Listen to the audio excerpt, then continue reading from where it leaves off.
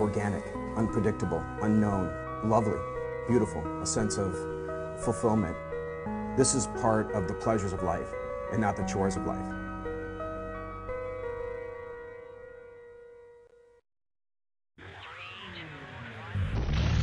Coming up on Daily Iowan TV, the flood of 2008 is still haunting the University of Iowa campus. We'll tell you how upperclassmen are reacting to disappointment. And the Iowa City Council made its final decision on keeping farm animals in your backyard. And in sports, we're heading to the streets to see what the Iowa City community thinks about the Hawks' chances to make an NCAA tournament run. That's all coming your way next. Daily Iowan TV starts now.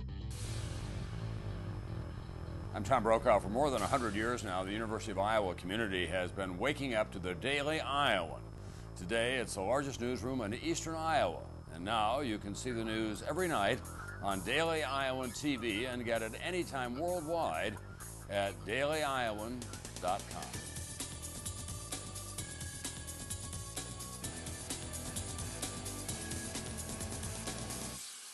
Thanks for tuning into your Tuesday edition of Daily Iowan TV. I'm Melissa Bergamini. And I'm Ryan Jones. Now we start out tonight with a flood that destroyed several University of Iowa buildings 4 years ago. And now it's still actually affecting the lives of UI students here on campus. That's right, Ryan. And many are not pleased with the apparent lack of progress, especially because this year's upperclassmen have only been on campus while many parts are under construction. The demolition dates for the last flood recovery projects have been set for December 2013. This means that the art building and Hancher buildings will remain vacant for at least one more year. One student said he has been relocated several times in order to attend his classes, which causes a lot of stress for him. No, it's definitely annoying. It makes me take things a little less seriously, I think. Especially with the temporary music buildings and stuff. It was just harder. It didn't feel real, or I don't know. The basement of the Iowa Memorial Union was also severely damaged, but was originally scheduled to reopen by the time this year's seniors graduate in May. However, that goal has been pushed due to postponements in FEMA funding. The reopening is not expected to happen until August 2014. University officials say flood recovery efforts remain on schedule despite all the delays. Officials say their goal is to both demolish and relocate the current performing arts centers and art buildings by April 2016. Coming here to classes or coming here to school, that was right after the flood, and so I've never really been able to see what was down there, but I keep hearing plans about what's going to be in there as far as recreation or study space, and so it'd be nice to see it realized. But flood recovery is not the only inconvenience on campus. Now, construction of the main library is creating distractions for UI students who are trying to study for their final exams. And I don't like the fact that you can only get in on one side of the library, so I have to walk all the way around from my apartment. So, I don't know. Maybe they should just hurry things up. The completion of the library's renovations is scheduled to be completed by December 2013. Iowa City residents had one more opportunity Tuesday night to persuade the City Council to allow backyard chickens. During its meeting, the City Council voted for the last time on an ordinance that would amend the city's law banning backyard chickens. City councilors voted 5-2 Tuesday night on the second consideration of the city's zoning code amendments. Make sure to read all about the results in the vote on Wednesday night of the Daily Iowan. University of Iowa student has been appointed to the State Board of Regents. Hannah Walsh, a sophomore political science major, was appointed by Governor Terry Branstad on November 30th. She currently serves as the events coordinator for the UI College Republicans and as a senator in the UI student government. Walsh says she works to keep college affordable and making sure the majority of students at the Regents universities graduate in 4 years. Voting member, one of 9 members of the board, and my duty, I guess, or my job is to advocate for students. It's just to make sure that students' voices are being heard. Walsh will fill a position formerly held by Greta Johnson, an alum of Iowa State University. The Iowa City Community School Board voted on Superintendent Steve Murley's contract Tuesday evening. The new contract would extend Murley's employment until 2016. He would also receive a raise of about $5,000. He currently makes about $187,000 a year. Murley's salary will be recognized during each of his employment. He is also eligible for an additional $6,000 if he attains his doctoral degree in an education-related field. Morley has served as superintendent since 2010. Still to come on Daily Iowan TV, find out how much weight you should expect to gain during this holiday season. And in sports, a hoops preview for the Hawks matchup against South Dakota tonight.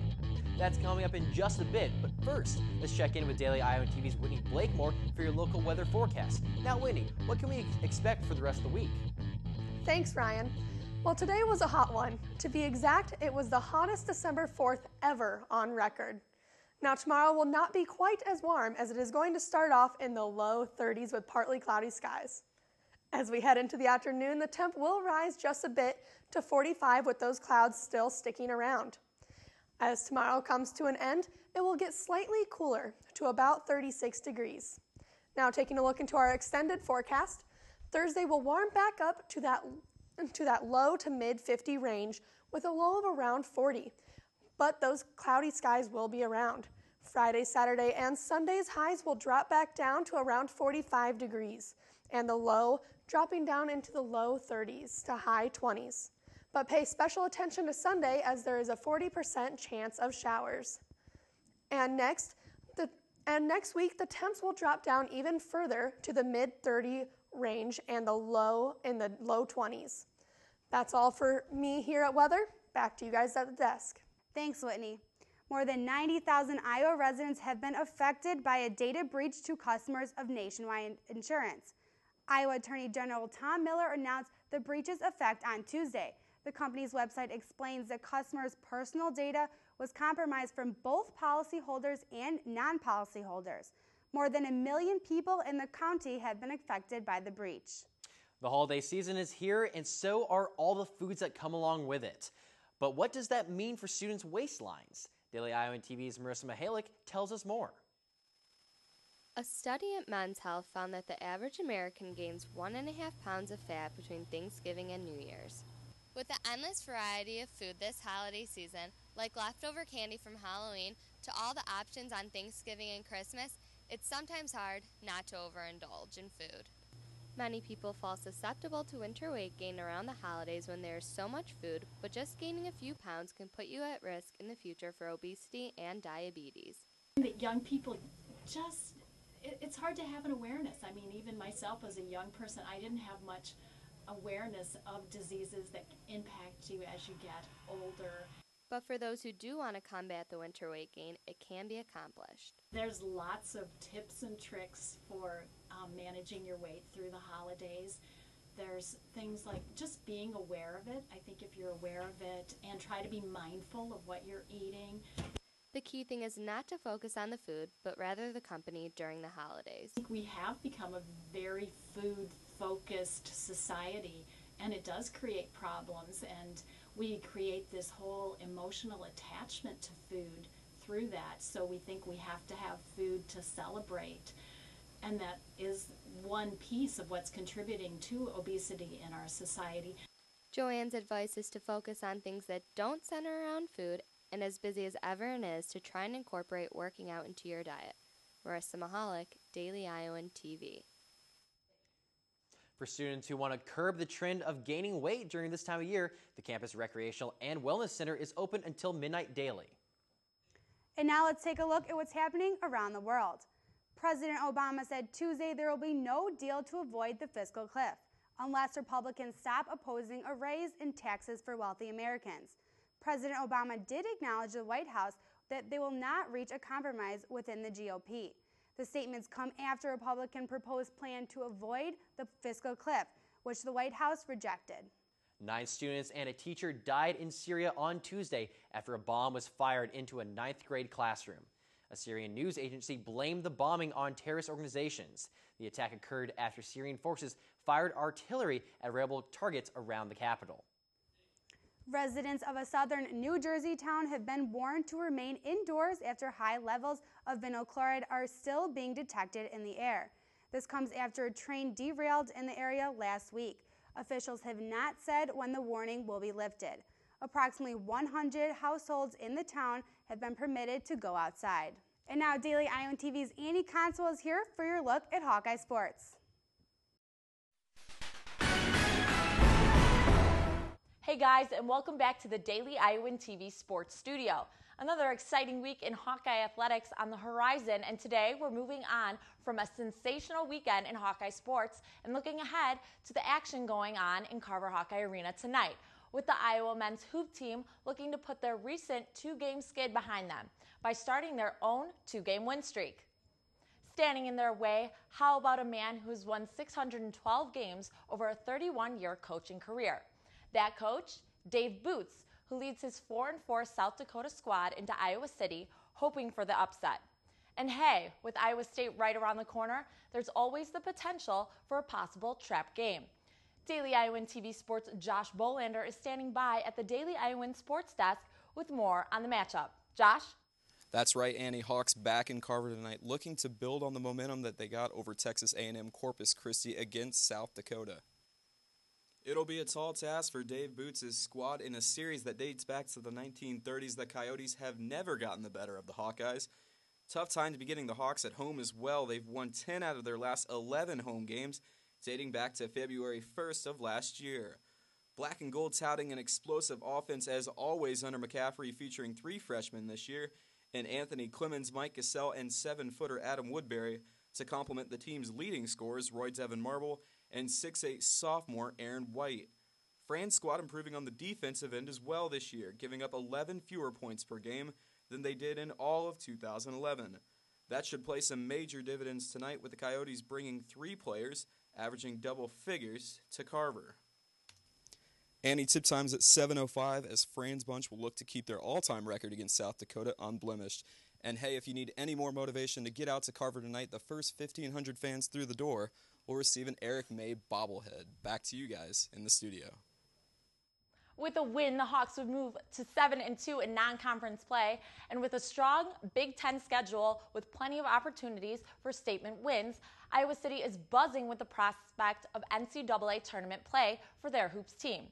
So our staff decided to have some fun and take things to the streets, where our man on the street, Nick Rector, decided to take the pulse of a Hawkeye fan base, ready to keep on rocking right into March. Nick Rector out here on the streets of Iowa City, checking in. Here's Derek Helling, Hawkeye basketball fan. Now, Derek, do you think the Hawkeyes are going to make it to the NCAA tournament this year? Yes, I do. I think an at-large bid is very possible given the level of competition in the Big Ten. There's a lot of good teams, so that's going to help their RPI out a lot when the season comes to a close. And I think that maybe winning 1-2 games in the Big Ten tournament would be enough of a resume to put themselves in there. I couldn't agree more. Do you got a favorite player you follow when you watch the Hawkeyes? Well, it's been hard to ignore the White Mamba for the last. It's been hard to ignore the White Mamba, the Ginger Ninjas. So yeah, absolutely. Usually look for him on the court. Yeah. Well, he had about 6 or 7 dunks last game. It's crazy how he can just split those defenders and get to the rack. Yeah, I enjoy watching him a lot. But there's a lot of talent on the team. It just comes down to staying healthy and execution from here on out. So, Darius, do you think the Hawkeyes are going to make it to the tournament this year? Definitely. Oh, definitely. I've seen improvement from last year, watching the preseason and things like that. They're definitely improvement. Offensively, the guys definitely worked hard this summer, so definitely I believe so, and I'll be there. I'll be there cheering. You got a favorite player on the squad? All of them. I don't want to lose any fans, so I'm definitely going to say all of them. They're all awesome. Yeah, go Hawkeyes. That's it for us. Back to you guys in the studio. Well, that's all for us here in the studio. Be sure to tune back in tomorrow for post-game analysis of the Hawks matchup tonight, as well as all the highlights from head coach Fran McCaffrey's press conference tomorrow afternoon. Alyssa, Ryan, back to you guys at the desk. Thanks, Annie. And only with Daily Iowan TV can you get a sneak peek into Wednesday's pages of the Daily Iowan. Read about the University of Iowa Hospitals and Clinics holiday event for its patients. And we'll have all the latest details on Tuesday evening's Iowa City City Council meeting. Now that's your latest edition of Daily Iowan TV.